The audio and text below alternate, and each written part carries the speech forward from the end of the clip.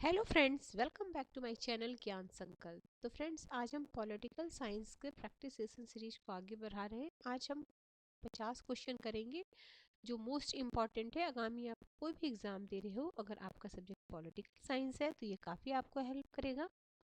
किसी भी स्टेट का असिस्टेंट प्रोफेसर का दे रहे हो, यूजीसी नेट दे रहे हो या पीजीटी का एग्ज़ाम दे रहे हो, उसमें आपको हेल्प करेगा। और अगर अभी तक आप मेरे चैनल से नहीं जुड़े हैं तो प्लीज़ चैनल को सब्सक्राइब कर लें, और जब सब्सक्राइब करें तो बेल आइकन को भी प्रेस करें ताकि जब भी मैं वीडियो डालूंगी आगे तो आपको नोटिफिकेशन मिल जाएगा। देखो, आज के क्लास का फर्स्ट क्वेश्चन है, सावरकर के अनुसार वे कौन से 3 बंधन हैं जो हिंदुओं को जोड़ता है। तो उसमें आंसर हो जाएगा ऑप्शन नंबर ए। क्या क्या है? क्षेत्र, प्रदेश, प्रजाति और संस्कृति। तो सावरकर के अनुसार क्षेत्र, प्रदेश, प्रजाति और संस्कृति 3 ऐसे बंधन है जो हिंदुओं को एक सूत्र में जोड़ती है।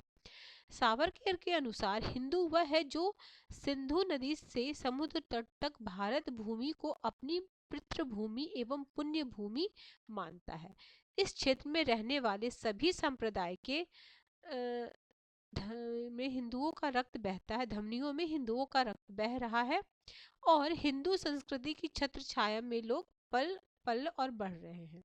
सावरकर की जो बुक है वो आप ध्यान रखना, हिंदुत्व 1923 में लिखी गई है। हिंदू पदशाही ये 25 में लिखी गई है। अगला है, सहभागी लोकतंत्र के विचार का अभ्युदय किसके साथ जुड़ा हुआ है। तो ये रूसो के साथ जुड़ा हुआ है, ऑप्शन नंबर डी। तो सहभागी लोकतंत्र ऐसी गतिविधि है जिसके अंतर्गत कोई व्यक्ति सार्वजनिक नीतियों और निर्णयों के निर्माण, निरूपण और कार्यान्वयन की प्रक्रिया में सक्रिय भाग लेता है। ठीक है। रूसो जैसे विचारक यह मानते हैं कि सार्वजनिक निर्णयों तक पहुंचने में नागरिकों को प्रत्यक्ष सहभागिता का अधिकतम विस्तार आवश्यक है। समकालीन लोकतंत्र के प्रमुख सिद्धांत निम्नवत हैं। लोकतंत्र का विशिष्ट वर्गवादी सिद्धांत, लोकतंत्र का बहुलवादी सिद्धांत, विचारणात्मक लोकतंत्र का सिद्धांत। उसने सोशल कॉन्ट्रैक्ट पुस्तक लिखी है, तो सबको पता है, उनकी बुक है, काफी फेमस बुक, सोशल कॉन्ट्रैक्ट। अगला क्वेश्चन है क्वेश्चन नंबर 3। प्लेटो ने मानव मन की क्रियात्मकता का वर्णन किसके द्वारा की है। तो गुफा के रूपक द्वारा की है, विभक्त पंक्तियों के रूपक द्वारा की है, रूप के सिद्धांत के द्वारा, यानी उपयुक्त में से सभी हो जाएगा। Option number D is the right answer. Question number 4। Question number 4 है, इनकी बुक तो आपको पता होगा, रिपब्लिक है, काफी फेमस बुक है। ठीक है। अगला है, निम्नलिखित में से किसने बौद्ध धर्म को मार्क्सवाद का नैतिक एवं उदार विकल्प के रूप में माना है। तो अंबेडकर ने माना है इसे। रॉल्स के न्याय के सिद्धांत में शामिल है। तो रॉल्स के न्याय के सिद्धांत में उदारतावादी अथवा समुदायात्मक, समाजवादी, लोकतंत्र, बाजार अर्थव्यवस्था तथा पुनर्वितरणीय लोक कल्याणकारी योजना, ऑप्शन नंबर सी। तो जॉन रॉल्स का न्याय सिद्धांत शुद्ध प्रक्रियात्मक न्याय कहा जाता है। रॉल्स के न्याय सिद्धांत में उदारतावादी अथवा समुदायात्मक, समाजवाद, लोकतंत्र, बाजार अर्थव्यवस्था, पुनर्वितरण, लोक कल्याणकारी योजना, समान स्वतंत्रता का सिद्धांत, भेद मूलक का सिद्धांत, अवसर की उचित समानता का सिद्धांत इत्यादि तत्वों को शामिल किया जा सकता है। अज्ञानता के पर्दे के आधार पर न्याय के सिद्धांत का प्रतिपादन किया गया है। आगे है क्वेश्चन नंबर 6। निम्नलिखित में से किसने वर्तमान युग के संघर्ष को सर्वभक्षी, सामूहिक, अहम चाहे राष्ट्र का हो या वर्ग का, तथा स्वाधीनता के लिए संघर्षरत व्यक्ति के बीच के संघर्ष के रूप में परिकल्पित किया है। तो यह है M.N. Roy. Option number B is the right answer. अगला क्वेश्चन है आपका क्वेश्चन नंबर, देखो, M.N. रॉय ने वर्तमान युग के संघर्ष को सर्वभक्षी, सामूहिक, अहम चाहे राष्ट्र का हो या वर्ग का, तथा स्वाधीनता के लिए संघर्ष व्यक्ति के बीच के संघर्ष के रूप में परिकल्पित किया है। अन्य तथ्य है राय का नव मानवतावादी मनुष्य को संपूर्ण सृष्टि की धुरी मानता है। यह राष्ट्रवाद की जगह विश्व बंधुत्व की धारणा को मान्यता देते हैं। राय ने भौतिकवाद के साथ साथ मानव विकास के सिद्धांत में विश्वास किया। अगला है क्वेश्चन नंबर 7। प्रतिरोधी तथा अप्रतिरोधी अंतर विरोध के बीच अंतर किसने किया? तो ये माओ ने किया है। Option number C is the right answer. Mao के अनुसार साम्यवाद राज्य की स्थापना के साथ संघर्ष समाप्त नहीं होता, वह केवल एक नया रूप ले लेता है।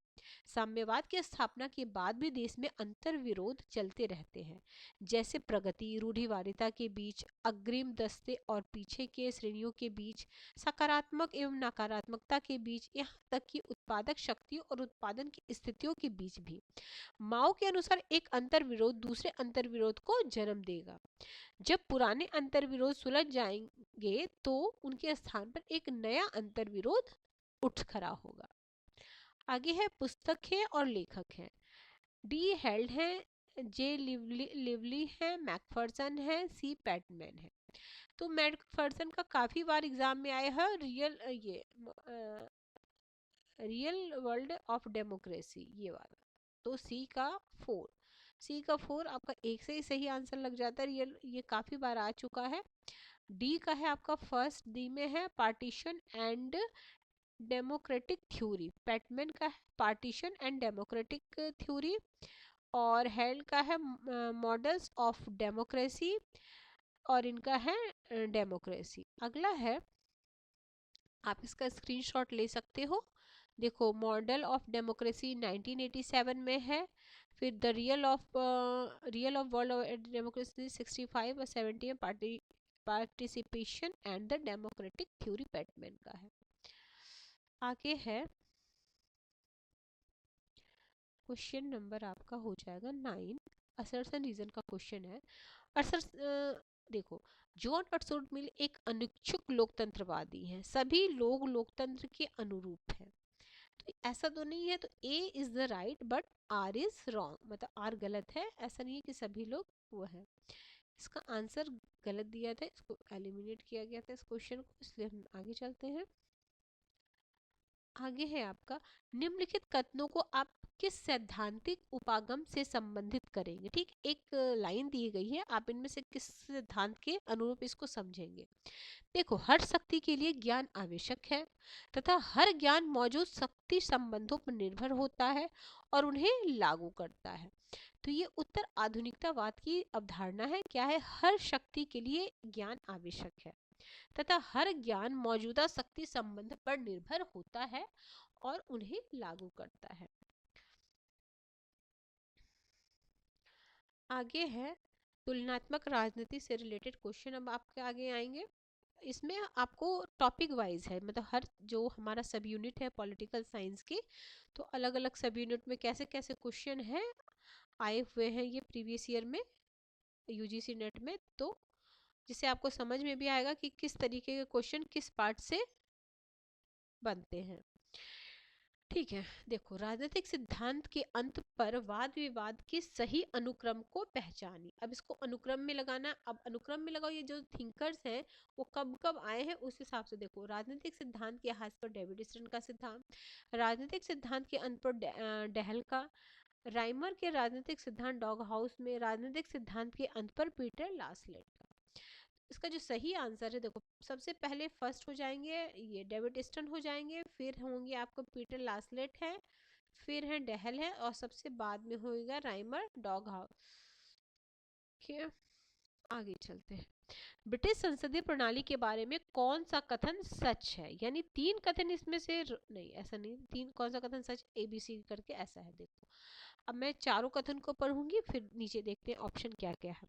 संसद किसी भी विषय पर कानून बना सकता है। ठीक है, बिल्कुल सही बात है, क्योंकि संसद सिर्फ वहाँ के संसद को बोला जाता है, सिर्फ लड़की को लड़का और लड़के को उस तरीके का सिर्फ नहीं चेंज कर सकता, बाकी वो सारा कुछ बदल सकता है।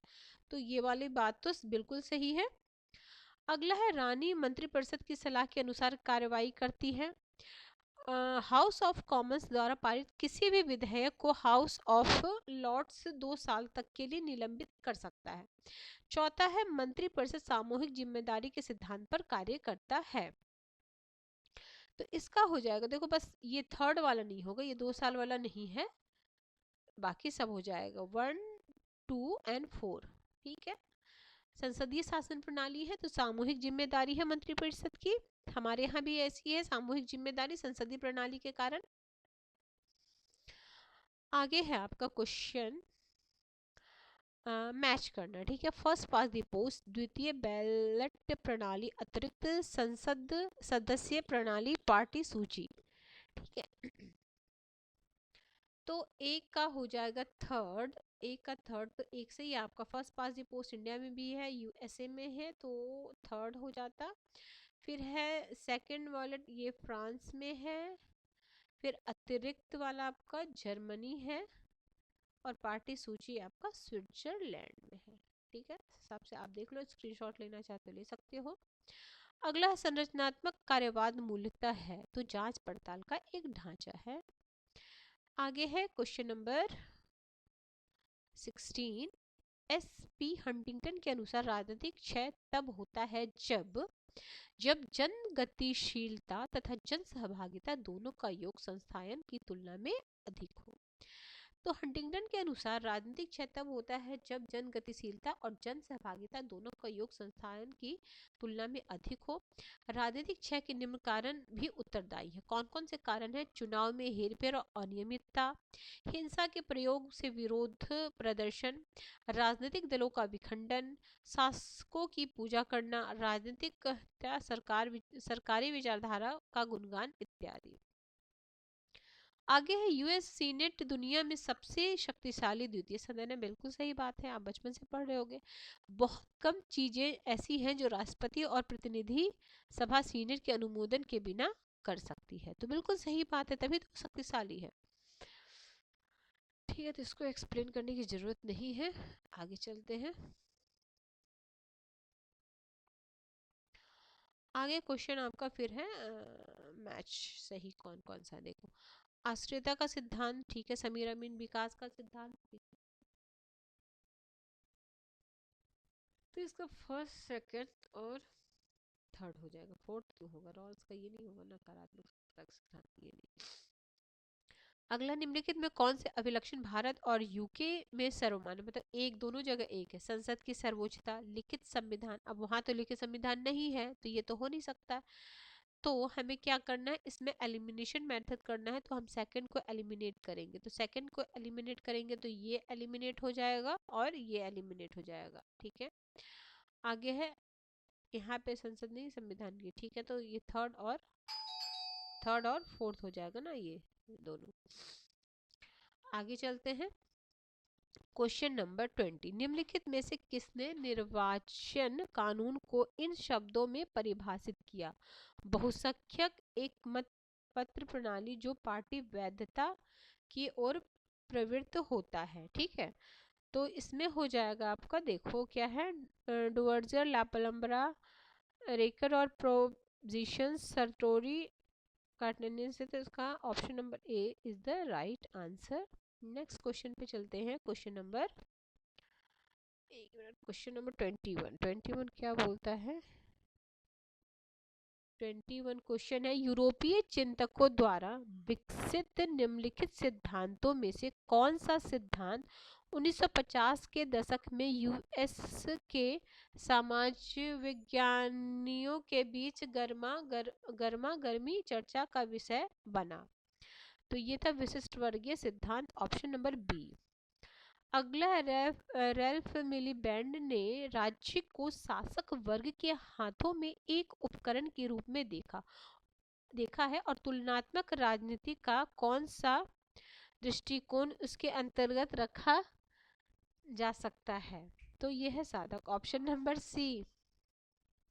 क्वेश्चन नंबर 23, सांप्रदायिकता आधुनिकीकरण की प्रक्रिया से गुजरते हुए किसी बहुलवादी समाज में अपनी पहचान कायम रखने के लिए किसी समुदाय की अपनी राजनीतिक दावेदारी है। तो ये है आपका रॉबर्ट मिल्सन और हॉर्वर्ड वॉल्फ का। तो सांप्रदायिक आधुनिकीकरण की प्रक्रिया से गुजरते हुए किसी बहुलवादी समाज में अपनी पहचान कायम रखने के लिए किसी समुदाय की अपनी राजनीतिक दावेदारी। अगला है, निम्नलिखित कौन सा कथन क्षेत्रीय दलों का सही स्पष्टीकरण है? तो जिसमें कोड में दिया हुआ है तो इसका है first, second and fourth, third नहीं था। आधुनिकीकरण में पैराडाइम के क्षेत्रों का निरूपण स्थायी इकाई के रूप में नहीं है, तो इसका थर्ड आंसर है। एक बार मैं पढ़ती हूँ सारे ऑप्शन को, फर्स्ट, सेकेंड एंड थर्ड। देखो पहला क्या ऑप्शन बोल रहा है, पहला वो राज्य के ढांचे और राजनीतिक व्यवहार का लोकतंत्रीकरण, कल्याणकारी राज्य में कटौती के फलस्वरूप स्थानीय और क्षेत्रीय हितों के पुनरुत्थानशील अभिव्यक्ति और नव उदारवाद में परिवर्तन। आगे है चौथा, अल्पसंख्यक का राजनीतिकरण। आगे है यह किसकी पुस्तक में जाति को इस शब्दों में परिभाषित किया गया है? तो है देखो क्या, अंतरविवाही गुट समूह जिनका एक जैसा नाम हो, जो अनुवांशिक रूप में उस समूह के सदस्य हों, जो सामाजिक संपर्क के संदर्भ में अपने सदस्यों पर कुछ बंधन लगाए, साथ ही अपनी सामान्य उत्स का दावा पेश करने के लिए या तो वे एक सामान्य पेशा अपनाएं और सामान्य तौर पर एक ही समरूप समुदाय का अंग माने जाएं। तो ई ब्लंट का है ऑप्शन नंबर सी। अब आगे आपका भारतीय शास्त्र और राजनीति से है। निम्नलिखित कौन भारत के संविधान सभा का सदस्य नहीं था? तो जयप्रकाश नारायण नहीं थे। आगे है संविधान सभा की प्रारूप समिति के एक सदस्य ने कहा कि राष्ट्रपति द्वारा नामित राज्यपाल केंद्र सरकार का एजेंट होगा, उस सदस्य की पहचान कीजिए। तो वो थे T T T Krishnamachari, option number A. अगला है मैच करना है, development planning and Indian state, India globalisations and change, industry and agriculture in India since independent, theory of nationalism. ठीक है, तो इसका देखो सही आंसर है आपका ऑप्शन नंबर ए। अब देखो मैच किया हो, आप इसको ले मतलब रख सक मतलब इसका स्क्रीनशॉट ले सकते हो, या आप नोट डाउन कर रहे हो तो इसे लिख लो। Development planning and the Indian state Partha Chatterjee का है, Indian globalisation and change Pamela Sharmer Smith का है, industry and the agriculture in since independence ये टीवी सत्य मूर्ति का है, theory of nationalism Anthony D Smith का है। ठीक है, एक है पामेल शर्मर स्मिथ और ये है एंथनी डी स्मिथ, ध्यान रखना। आगे है अब ये तो उस समय ठीक है, इसको हटाओ। आगे ये क्वेश्चन नंबर आपका, निम्नलिखित में किस राष्ट्रपति का संबंध भारत क्रेडिट यूनियन आंदोलन से था? तो ये था बीबी गिरी का, ऑप्शन नंबर सी। भारत में किस राज्य में विधानसभा में सीट धार्मिक आधार पर आरक्षित है? तो वह सिक्किम में एक सीट आरक्षित है। भारतीय संदर्भ निम्नलिखित कथनों किसका है? ये तीनों शक्तियां राष्ट्रवाद, क्षेत्रवाद और भूमंडलीकरण के परस्पर प्रतिद्वंदी, सापेक्षिक और एक दूसरे की सीमाओं में अतिक्रमण करती है, कभी एक दूसरे के विरोध में खड़ी हो जाती है, कभी सहयोग करती है, लेकिन उनमें सामंजस्य कभी नहीं होता। तो ये है आपका एरी एम कैकोविज का, ऑप्शन नंबर बी। अगला क्वेश्चन है आपका क्वेश्चन नंबर 33, राज्य सरकार का अंकेक्षण है, तो यह केंद्र का विषय है। राज्य सरकार का अंकेक्षण केंद्र का विषय है। अगला, अवधि समापन लैप्स के नियम का अर्थ क्या होता है? तो इसके नियम का होता है विधानमंडल द्वारा बोर्ड किए गए सभी विनियोग वित्तीय वर्ष के अंत में समाप्त हो जाते हैं। निम्नलिखित में किसके द्वारा एक नवीन अखिल भारतीय सेवा आरंभ की जा सकती है? तो ये संविधान के अनुच्छेद 312 के प्रस्ताव पारित करके। आगे है निम्नलिखित कौन सी अखिल भारतीय सेवा नहीं है? तो ये आपका भारतीय विदेश सेवा नहीं है। बाकी कौन है? भारतीय पुलिस सेवा है, भारतीय प्रशासनिक है, भारतीय वन सेवा है। तो ऑप्शन नंबर डी। आगे है, निम्नलिखित में कौन सा प्रावधान संघ लोक सेवा आयोग की स्वतंत्रता को सुनिश्चित नहीं करता है? तो ये सुनिश्चित नहीं करता है, ये लोग कोई सदस्य अवधि समाप्त होने पर अन्य सरकारी नौकरियों में पुनर्नियुक्त होने का पात्र बना रहता है। भारत की विदेश नीति के पर हिमालय के सीमांत क्षेत्र महत्व टिप्पणी करते हुए किस नेता ने यह कह दिया, यदि इसका अतिक्रमण किया जाता तो भारत के मैदान भाग और सागर पार अनावृत हो जाएं और तब भारत पर मंडराने वाले खतरा दक्षिण और दक्षिण पूर्वी एशिया के देशों पर भी छा जाएगा। तो ऐसा प्रधानमंत्री जवाहरलाल नेहरू ने कहा था। आगे है, ये हो चुका है, इधर लोक प्रशासन से है, अब आपका लोक प्रशासन से है। निम्नलिखित में से किसने प्रशासन को सापेक्षिक लक्ष्य प्राप्त करने के लिए मानवीय भौतिक संसाधनों के संगठन और निर्देशन के रूप में परिभाषित किया है? तो J.M. फिफ्नर ने किया था। आगे है,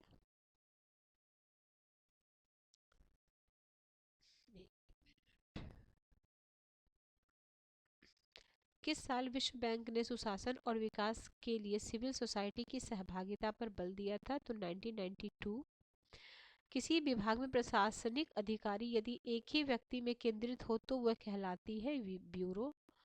अगला है, मैच करना है, बुक्स है और पब्लिक एडमिनिस्ट्रेशन के थिंकर हैं। बिलोबी है, मैरी पार्कर फॉलेट है, मूने और रिले है, हेनरी फेयोल है। तो इसका राइट आंसर है बी।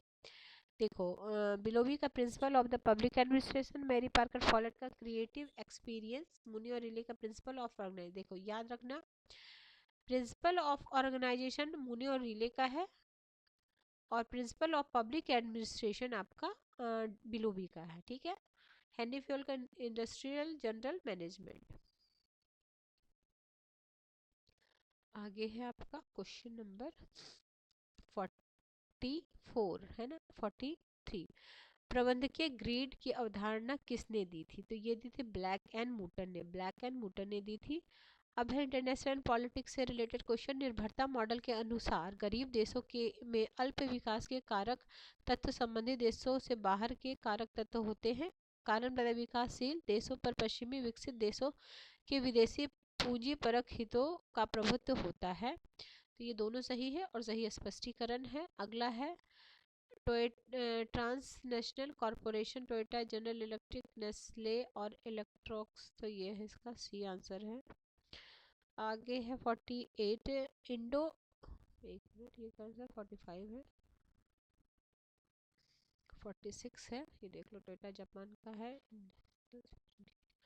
अगला, रीजन और इकोनॉमिक कमीशन कहाँ कहाँ का है, देख लो, इसका ये आंसर था फर्स्ट सेकंड थर्ड फोर्थ, मतलब मैच ही किया हुआ है ये देख लो, ये मैच ही किया हुआ है। Economics, economic commission for Europe, economics commission for Africa, Ethiopia हो जाए, economics commission for Latin America, Chile. तो जहाँ जहाँ समझ लो ये दोनों तो मैच ही कर देते, ये Ethiopia, economic commission of West Asia, Iraq हो गया। ठीक है, अगला है, इन दो देशों के बीच द्विपक्षीय संबंधों को बढ़ाने के लिए CECA comprehensive economic cooperation agreement की औपचारिक घोषणा की गई थी। तो भारत और सिंगापुर, ऑप्शन नंबर, कब हुई थी? 2005 में। आगे है आपका question number 48, Indo Nepal treaty of peace and friendship 1950 की आलोचना नेपाल के माओवादियों द्वारा किस कारण से की गई थी? तो असमान संधि था, नेपाली अस्मिता का बढ़ता हुआ दावा, चीन से समान दूरी की नीति। तो सारे कुछ है, ऑप्शन नंबर डी। कब हुआ तो ये भी ध्यान रखना, 1950। निम्नलिखित किस नेता ने सन 1984 में आयोजित आणविक निशस्त्रीकरण पर 4 महादेशी शांति पहल में भाग लिया था? तो राष्ट्रपति जिया उल हक ने लिया था, ऑप्शन नंबर डी। असरसन रीजन का क्वेश्चन है, चीन ने पाकिस्तान परियोजना खासकर ग्वादार बंदरगाह पर अत्यधिक धन खर्च किया, तथापि चीन ने अपनी उन नीतियों पर पुनर्विचार किया जिसके कारण पाकिस्तान को मिलने वाले महत्व में कमी आई। कारण उसका बताया जा रहा है, भारतीय बाजार में चीनी माल की बिक्री के विशाल अवसर के अलावा तालिबान चीनी माल का, ठीक है। अलकायदा सहयोग, जिनजियांग में इस्लामिक कट्टरवाद के फैलते हुए जाल ने चीन को अपनी दक्षिण एशिया नीति पर पुनर्विचार करने को बाध्य किया। तो दोनों सही है और सही उसका एक्सप्लेन कर रहा है। ठीक है फ्रेंड्स, आज हमने 50 question most important most expected question किए हैं, आपको काफ़ी हेल्प करने वाला है। तो किसी वजह से ये चैनल आपको हेल्प करा तो ज़रूर सब्सक्राइब भी कर लें, और वीडियो पसंद आती है तो उसे लाइक भी करें और शेयर करें। अपने जितने भी आपके ग्रुप्स होंगे उसमें ज़रूर चैनल को शेयर करें ताकि ज़्यादा से ज़्यादा लोग मेरे से जुड़े। तो मिलते हैं हम नेक्स्ट वीडियो में। Till then bye bye.